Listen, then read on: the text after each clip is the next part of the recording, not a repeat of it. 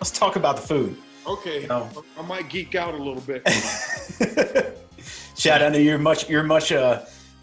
much better at me asking about food, considering you got Oh, a little, you you got a little skill yourself over there. So, okay. Yeah, I got perhaps, skill. It's called eating. Right on. Yeah, I ain't mad. That's why chefs are chefs. What are your inspirations? What led you into the culinary side of it? Because when you come out of a program and even what you guys do, I'm sure you have different paths and there's different types of jobs. But what is it about the food that brought you in, that drew you in and inspired you? I mean, to be completely honest with you, I hate when people say that, and I said it myself. yeah. Yeah, but it's just kind of weird, right? Like completely honest. Were you gonna Yeah. lie before, or Yeah. Go ahead, my bad. Can you be uncompletely honest? Right, exactly. You feel me? Yeah, I hate when people say it. And I said it myself. Well, I'm being 75% honest. Right. But. I'm gonna get as close to the mark as I can. No, but with that said, I waited tables in my young years. That actually saved my life. A gangster waiting tables, but I remember a guy put me on. He was like, "Hey, I can get you a job." He was in the same gang I was, but he was able to hold a job down. He's like, "I can get you a job at Steak and Ale." I'm like, "What bad?" And he's like, "Waiting tables, you get cash every day." And I started that experience. And so I like the service industry. I like people, if you will. And then I was in prison. My grandfather cooked all his life. He was the cook in the family. And I remember him pulling me up and showing me a couple things. He's Hispanic. And I was like, yeah, I'm digging this. But when I got out of prison, I was like, I was still traumatized. I was in prison for 7 years and I didn't want to wait tables. I was trying to think of what I could do that was legal. And so I had waiting tables experience. And then I was like, okay, I like the restaurant, but I don't want to be around people, because I'm just not that dude anymore. And so where can I be in the restaurant? Well, I can cook. That way I'm out of the way, but I'm still part of the restaurant experience, because it was fun to me, the waiters, and it's like high school again, actually, to be honest with you. And so I was like, yeah, I'm gonna get back into that. And so I just got back in, and then I was like, man, I got a knack for this. And people were like, man, you got a knack for this. And I just stayed hungry. And one of the chefs told me, I was working at the West End. I got my way into that. That was my second job. I said, hey, chef, I'm going to go to school for this because I'm like, man, I feel something here. There's a passion here for food. I like the creating, and I can focus. I can shut the world down, no stresses, and just be in the moment. And then someone can enjoy my creation. And it was the same thing the kids experienced. There was so much walls being torn down. I had never known this. And everybody said, hey, if you work really hard, you're successful. But the truth was, if I work really hard, I can get instant gratification a little bit at a time with a job well done. And it was tearing down these walls inside me that I didn't have self-confidence. Nobody was really proud of me. I didn't have a father, all these things. And I noticed the joy in it for me. And so he's like, you don't need to go to school. I'll teach you everything need to know. And he's like, peel all those carrots and potatoes. And so I started from the ground up, and then I just developed this passion for it. And so it hasn't stopped growing. And I just love for people to have a good meal, because when you have a good meal, the world stops. And you create moments in people's lives. And when I envision when we're older, we're rocking on the chair, it's those moments you remember. And if a meal can be one of those moments and experience, then wow, what a profound way to affect someone's life through a medium that is kind of, everybody goes out to eat, but I would love for everybody to have a perfect taste. And so for me, that's kind of my driving force, is to create moments in people's lives. Do you have one of those perfect meals, one of those perfect moments that you'd want to share with us that you've experienced? Yeah, as far as guest experience, feedback. Yeah, or feedback that you've received, or even, you being the customer. I have a customer. Yeah, definitely customer. Just perfect little bite. They're always not at the hoity-toities. The hoity-toities I was a hoity-toity. I am technically a hoity-toity chef. And the food is just, the heat of the food is not where it's supposed to be. you know, like some piping hot mashed potatoes and a nice whatever you're eating. Oh, there's nothing more comforting than that. And you get into the hoity-toity and it looks beautiful, but the temperature is not where it's supposed to be. But for me, I do these dinners.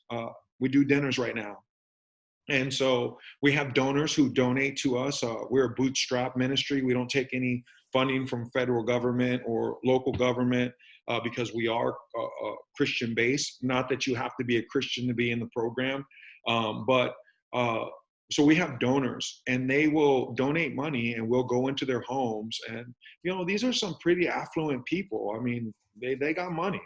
And so we go into their homes and we cook a 10-course dinner for them and 10 guests.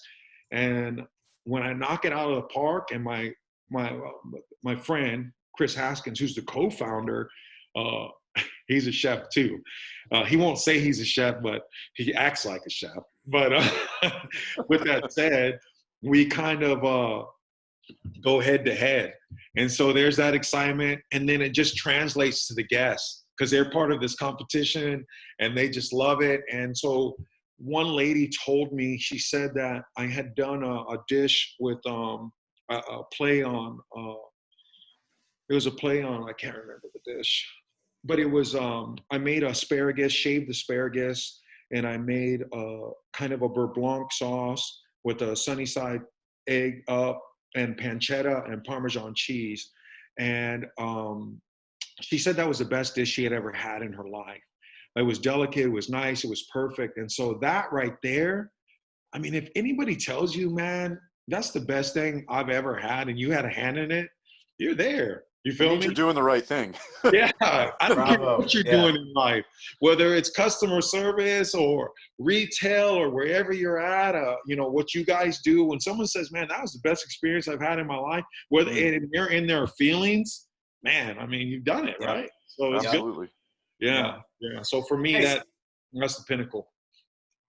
Awesome. Speaking of donating, if someone wants to donate today after listening to this or after watching this, you know, what's the best way for them to do that? You go to jailtojobs.com and you can donate right there. We have a little button. You can see our story.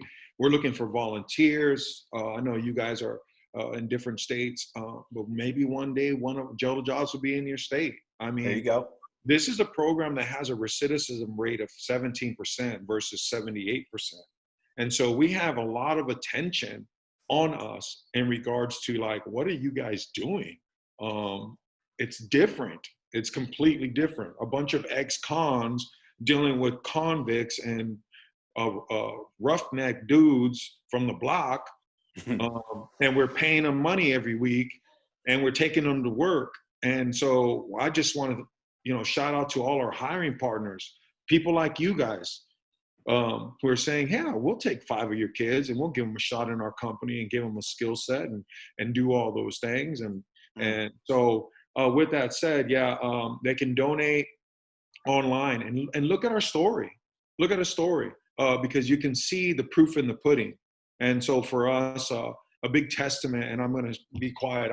I told you I was long-winded. You asked the wrong guy to come in with you guys. That's the perfect guy, actually. No, yes, this is a podcast. You're supposed to be talking. This is it. Okay, this is good. Okay. All right. And so with that said, just a small picture. So we got the culinary program won a grant from Allergan. I think they're like a company that does pharmaceuticals like Botox and Visine.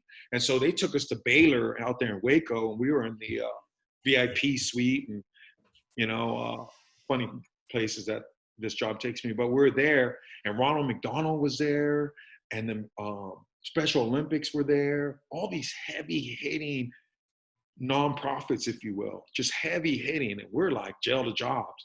And so we get there, we receive the grant, and the guy from Allergen, he came to us and he said, man, I love all these other things that, you know, what they're doing, but this is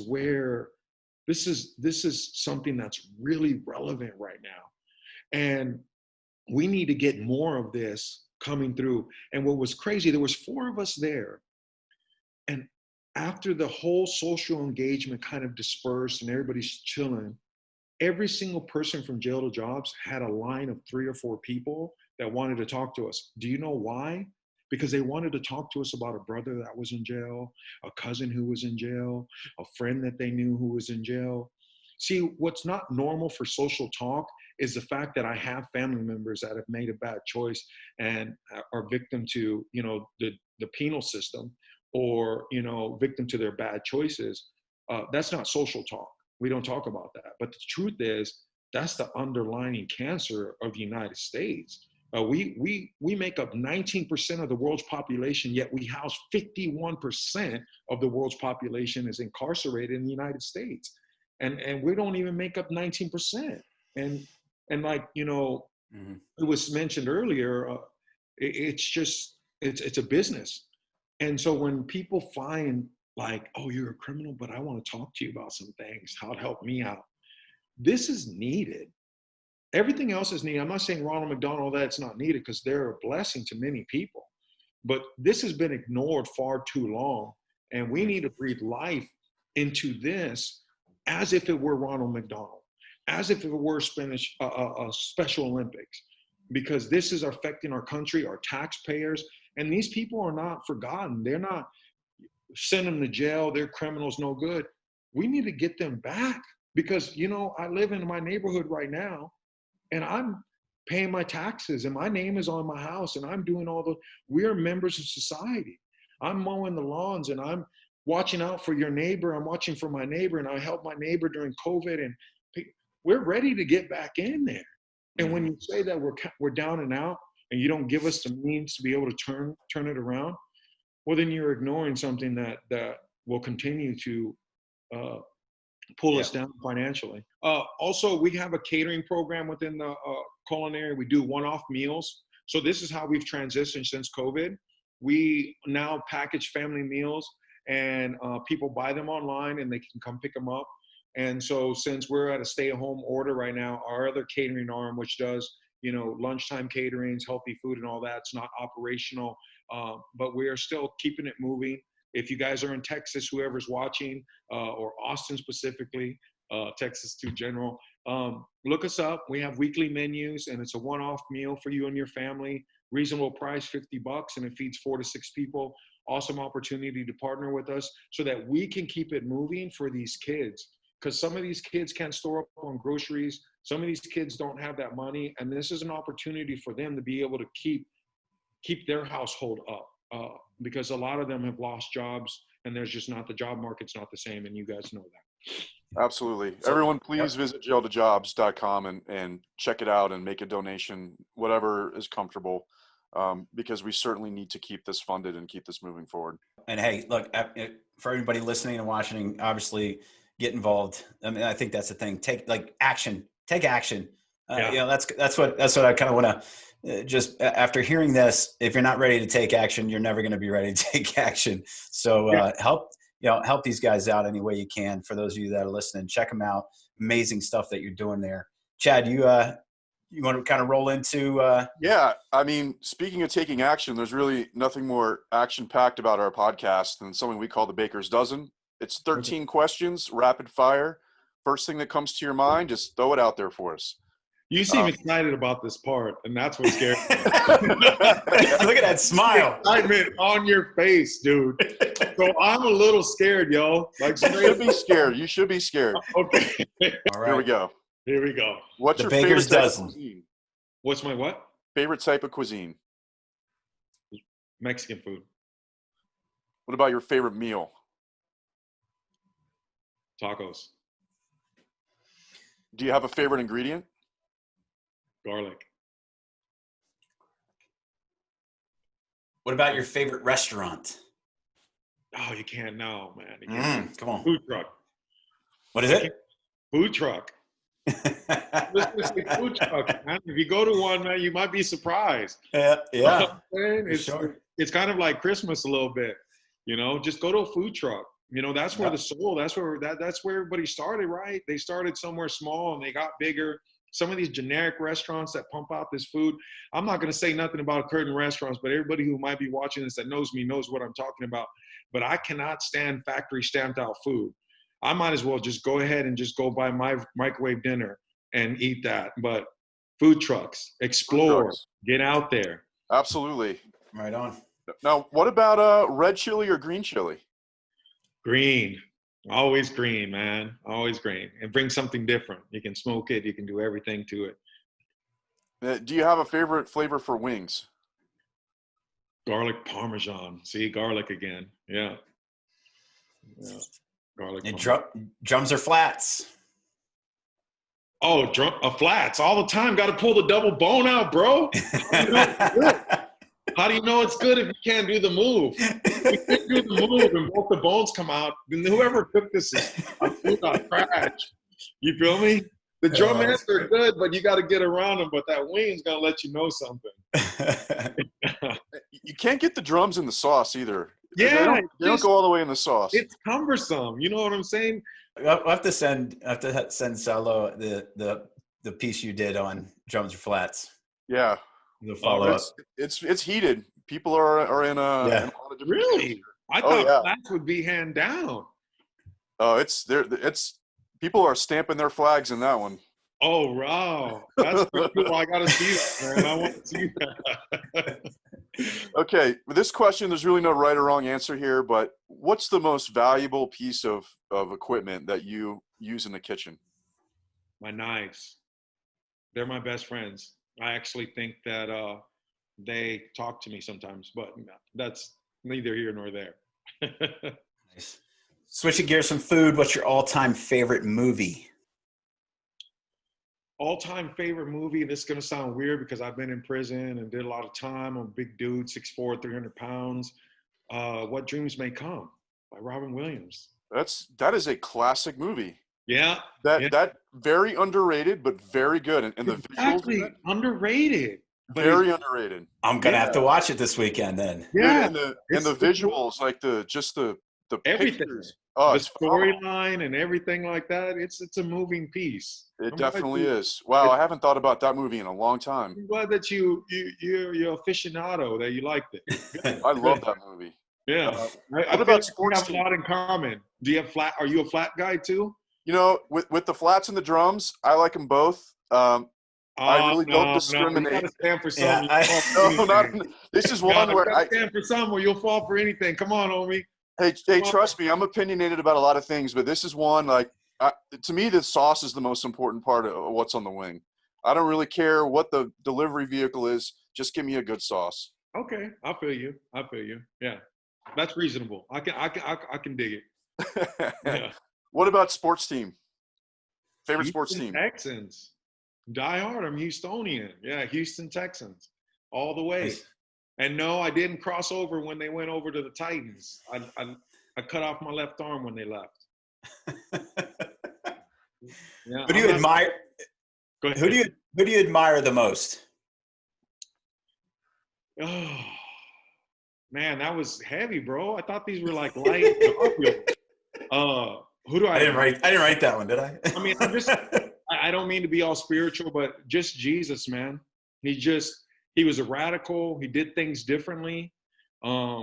He inspired people. He cared for the less than. And if I model my life, I don't have my father figure he's back in my life now. I love my dad, and he's an amazing man, and he's overcome a lot. But my mother too, we've all made a transition, but Jesus has always been someone that I can model my life after. And, I don't like to get too spiritual, but I just have to be really honest with my heart and who I am and who helps me keep it moving during adversity, because life is not over. You know what I'm saying? And so always have that anchor, man, and that rock to stand on. For me, there's no one better. Right on. So you got a bucket list of all the things you want to do. What's the top spot on the bucket list? Man, Rome.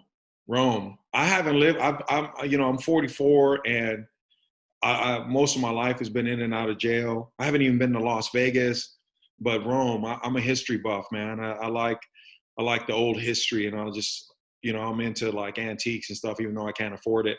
But I'm just all about that history. So I believe Rome is a history-rich city, and so I would love to just engross myself and all the history that's there.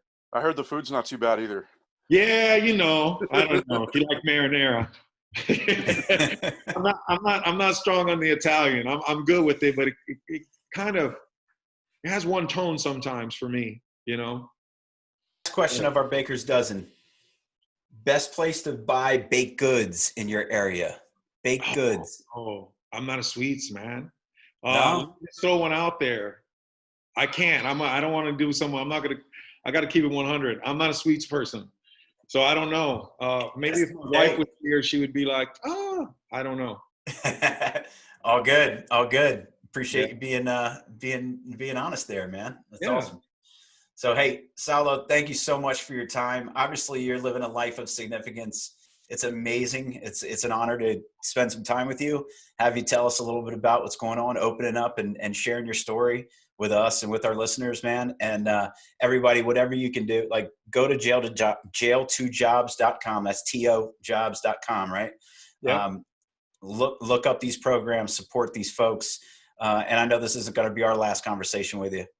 Yeah, you know, I really feel, I don't want to speak out of my emotions, but I feel I've made a connection. I'm going to pump you guys' stuff out there. You know, you guys seem to be like collectively individuals who are about change and not staying. You know, I see a lot on social media, people posting their comments and whoop-de-woo and what should be better, how this should be, and this should be like that, but not really anybody doing anything about it. And just, you know, we have a saying in Houston, a pair of lips will say anything. You feel me? But you got to show me better than you can tell me. And so when you're posting things, but your life doesn't measure up to the things that you're posting in some way, then the truth is you're you're just out there just, you know, we call it just talking out the side of your neck. And that I feel like you guys are not those people. You feel me? And so Appreciate that. You guys continue doing what you're doing, man, becoming aware, because even though I'm over here and you guys are over there, collectively, we're making the changes that count, that will be measured in generations to come. And that's all we can do. Absolutely. Thanks so much for your time. It's been very amazing to hear your story. And I appreciate that, guys. Oh, yeah. Thank you so much, man. I hope you have a great 4th. Yeah. I'll be inside, brother, staying safe, you know. Yeah. So yeah. you guys stay safe as well, man. And God bless you guys. Continue to be a blessing, man. And just keep it moving forward, brother. Thanks for all your Thanks good for work. Thanks for your inspiration, man. All right, man. I'm out. You guys have a good one. Yeah. Take care. Thank you. Wow, that was incredible. What an amazing human being. Somebody who has really, as he said earlier in the conversation, transitioned from a perspective of just thinking about himself to really thinking about others. And we know from psychology that self-actualization really is transforming it's transformed when we think about others and we do things for other people. And I think that was a prime example of it right there. Yeah, look, and the time's now to just, you know, think differently and challenge each one of us to learn, become more aware of what's going on around us and with all humans. And look, I mean, just because of someone's background doesn't mean they can't turn out to be an amazing human being that's probably doing more than we ever will in our lifetime now, right? What an amazing story that we just heard there. So look, we got a lot of positivity going on here in a world that we can get really caught up in negative stuff. There's a lot of positivity coming out of what's going on, you know, with COVID, with the Black Lives Matters movement. And look, we appreciate you listening. And feel free to drop some comments, hit us up with some questions. Definitely go check out jail2jobs.com and look that program up. And we hope you continue to listen. We hope you subscribe. And you know, we hope you have a great 4th of July, considering we're recording this right before the 4th weekend. Everybody stay safe. Don't blow up anything. Over and out. Peace.